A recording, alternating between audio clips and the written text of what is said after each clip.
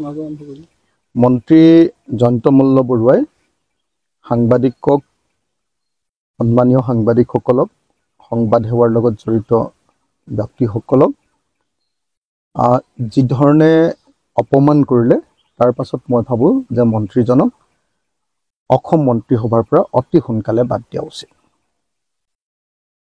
সাংবাদিকজনে এজন সাংবাদিকক অপমান কৰা নাই বা সামগ্ৰিকভাৱে অকল সাংবাদিক সমাজখনক অপমান কৰা নাই। ভাৰতৰ সংবিধানৰ শপত লৈ তেখেতে কোনো মানুহক ডাঙৰ নেদেখিম আৰু কোনো মানুহক সৰু নেদেখিম, সকলোকে সমান দেখিম বুলি যি সংকল্প লৈছিলে, শপত খাইছিলে, সংবিধানৰ সেই শপতৰ বিপৰীতে যোৱাৰ কাৰণে মই ভাবো যে অসমৰ মুখ্যমন্ত্ৰীয়ে অকণো পলম নকৰাকৈ মন্ত্ৰী জয়ন্ত মল্ল বৰুৱাক মন্ত্ৰীসভাৰ পৰা বৰ্খাস্ত কৰা উচিত। আচলতে জয়ন্ত মল্ল বৰুৱাই বিজেপিৰ নতুনকে অহা যিটো বিজেপিৰ একেবাৰে আপোনাৰ কি ক'ব আটাইতকৈ মানে উদ্দণ্ড যিটো বিজেপি, সেই বিজেপিটোকে প্ৰতিফলিত কৰে। যিটোৰ লিডাৰ হ'ল মুখ্যমন্ত্ৰী হিমন্ত বিশ্ব শৰ্মা নিজেই সেই উদণ্ড গ্ৰুপটোৰ, যিটোক আমি চিণ্ডিকেটপন্থী বুলি কওঁ, যিটোক আমি উদণ্ড বুলি কওঁ, যিটোক আমি অহংকাৰী গ্ৰুপ বুলি কওঁ, সেই গ্ৰুপটোৰে লিডাৰজন হ'ল মুখ্যমন্ত্ৰী আৰু মুখ্যমন্ত্ৰীৰ আদৰ্শ অনুকৰণ কৰি জয়ন্ত মল্ল বৰুৱাই এনেকৈ সাংবাদিকক আক্ৰমণ কৰাৰ ঘটনা সংঘটিত হৈছে। যদিও আজি অসমৰ মুখ্যমন্ত্ৰীয়ে জয়ন্ত মল্ল বৰুৱাক সাংবাদিকৰ ওচৰত ক্ষমা খুজিবৰ কাৰণে কৈছে, কিন্তু মই ভাবো যে এইটো হ'ল হিমন্ত বিশ্ব শৰ্মাৰ নিজৰ সংস্কৃতি, যিটো সংস্কৃতি তেওঁৰ শিষ্য জয়ন্ত মল্ল বৰুৱা আৰু পীযুষ হাজৰিকাৰ গাত বাৰ কৰি পাইছে। গতিকে এই মুহূৰ্তত মই জয়ন্ত মল্ল বৰুৱাক অসম মন্ত্ৰীসভাৰ পৰা বৰ্খাস্ত কৰিবৰ কাৰণে ৰাইজৰ দলৰ সভাপতি হিচাপে আৰু অসম বিধানসভাৰ এজন সদস্য হিচাপে, বিধায়ক হিচাপে অসমৰ মুখ্যমন্ত্ৰীৰ ওচৰত দাবী উত্থাপন কৰিলোঁ। আজি জয়ন্ত মল্ল বৰুৱাৰ এই ঘটনাটোৱে কেৱল বিজেপি দলৰ, বিজেপি চৰকাৰখনৰ দুৰ্নীতিকে উদঙাই নিদিলে, গো মাতাৰ নামত বিজেপি দলটোৱে যি দুষ্কাৰ্য, যি দুৰ্নীতি, যি কেলেংকাৰী সংঘটিত কৰি আহিছে, এইটো প্ৰমাণিত হ'ল। আচলতে অসমৰ মুখ্যমন্ত্ৰীজনে আজি ক'ব লাগিছিলে কি?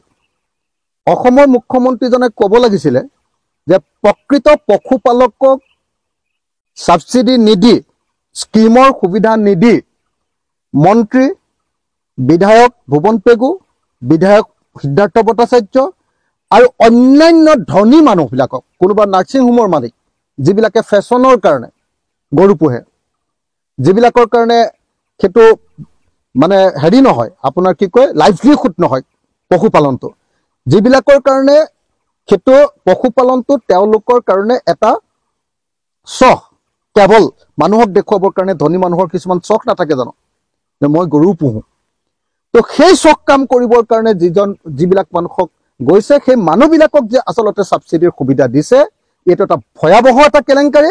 গতিকে এই ডিপাৰ্টমেণ্টৰ এই কেলেংকাৰীৰ ওপৰত, পশুপালন বিভাগৰ এই কেলেংকাৰীৰ ওপৰত তদন্ত লাগে। হিমন্ত বিশ্ব শৰ্মাই কোৱাৰ নিচিনাকে অকল জয়ন্ত মল্ল বৰুৱাই সাংবাদিকক ক্ষমা খুজি দিলে নহ'ব, সাংবাদিকসকলকতো ক্ষমা খুজিবই লাগিব জয়ন্ত মল্ল বৰুৱাই, কিন্তু তাৰ আগতে মন্ত্ৰীসভাৰ পৰা তেওঁক বৰ্খাস্ত কৰিব লাগিব। আৰু মন্ত্ৰীসভাৰ পৰা বৰ্খাস্ত কৰিলেও নহ'ব, লগতে অসমৰ মুখ্যমন্ত্ৰীয়ে পশুপালন বিভাগৰ যি কেলেংকাৰী, সেই কেলেংকাৰীৰ ওপৰত তদন্ত কৰিব লাগিব। তৃতীয় বস্তুটো হ'ল যে অকল পশুপালন বিভাগৰ কেলেংকাৰীয়ে নহয়, আমি দেখিলো যে আচলতে গীৰ গাইৰ নামত গৰুসুটি প্ৰকল্পত এটা ভয়াৱহ কেলেংকাৰী সংঘটিত হৈছে। কৈছে যে 300 গৰু আনিছিলে, 300 গৰু আনিছিলে, কাকো নুসুধাকে কেনেকে মন্ত্ৰী MLA বিলাকৰ ঘৰলৈ গ'ল। এইটোৱে প্ৰমাণিত কৰে নে নকৰে যে এইটো এটা ভয়াৱহ দুষ্কাৰ্য, ভয়াৱহ কেলেংকাৰী।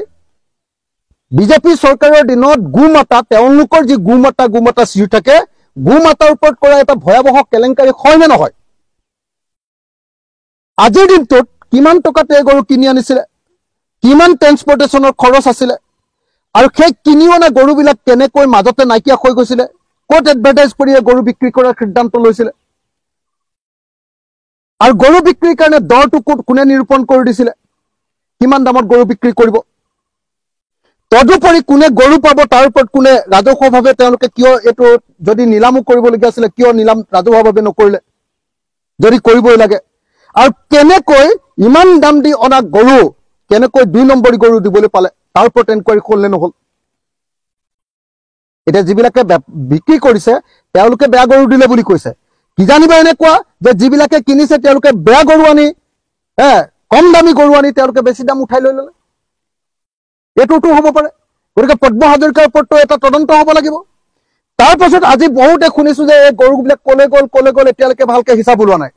এতিয়া শুনি আছো বতাহত আমি ভালকে নাজানো যে পদ্ম হাজৰিকাৰ ফাৰ্ম কন্যকাটো গৈ গীৰ গৰু গাই আমাৰ ৰাইজৰ টকাৰে কিনা গীৰ গৰু গৈ তাত গৈ উপস্থিত হৈছেগে, তাত গৈ পাইছেগে। গতিকে এইটোৰ ওপৰতো কেলেংকাৰী তদন্ত হ'ব লাগিব। গতিকে কেঁচু খান্দি সাপ ওলালে অকল এইটো 50 লাখ টকাৰ অকল ৰাজসাহায্য দিয়াৰ ঘটনা নহয়, এইটো হ'ল অসমৰ ইতিহাসত গৰুক লৈ কৰা আটাইতকৈ ডাঙৰ কেলেংকাৰী। পশুপালন কেলেংকাৰী যে হৈছিলে হিতেশ্বৰ শইকীয়াৰ দিনত, কি কয় আপোনাৰ হেৰিয়াৰ দিনত আপোনাৰ প্ৰফুল্ল মহন্তৰ দিনত, হিতেশ্বৰ শইকীয়াৰ দিনত, প্ৰফুল্ল মহন্তৰ দিনত যি পশুপালন কেলেংকাৰী হৈছিলে, সেই পশুপালন কেলেংকাৰীৰে এটা নতুন অধ্যায় ৰূপে এই ভয়াৱহ গীৰ গাই কেলেংকাৰী, ছাবচিডিৰ কেলেংকাৰী এই ঘটনা সংঘটিত হৈছে। আৰু ইয়াৰ ওপৰত এটা উচ্চ পৰ্যায়ৰ তদন্ত হ'ব লাগে বুলি দাবী উত্থাপন কৰি মই অসমৰ মুখ্যমন্ত্ৰীক অতি সোনকালে তদন্ত ঘোষণা কৰিবৰ কাৰণে দাবী জনাইছো।